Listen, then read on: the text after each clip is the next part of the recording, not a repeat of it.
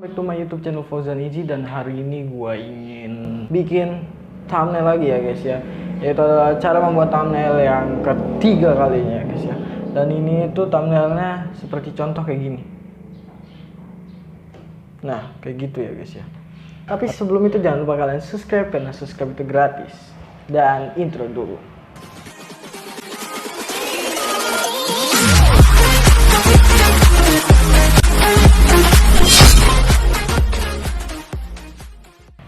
Langkah pertama yaitu Anda harus memiliki Android ya, karena saya membuat thumbnailnya di Android ya guys ya, bukan di mana namanya, bukan di laptop atau di PC ya guys ya, tapi di Android.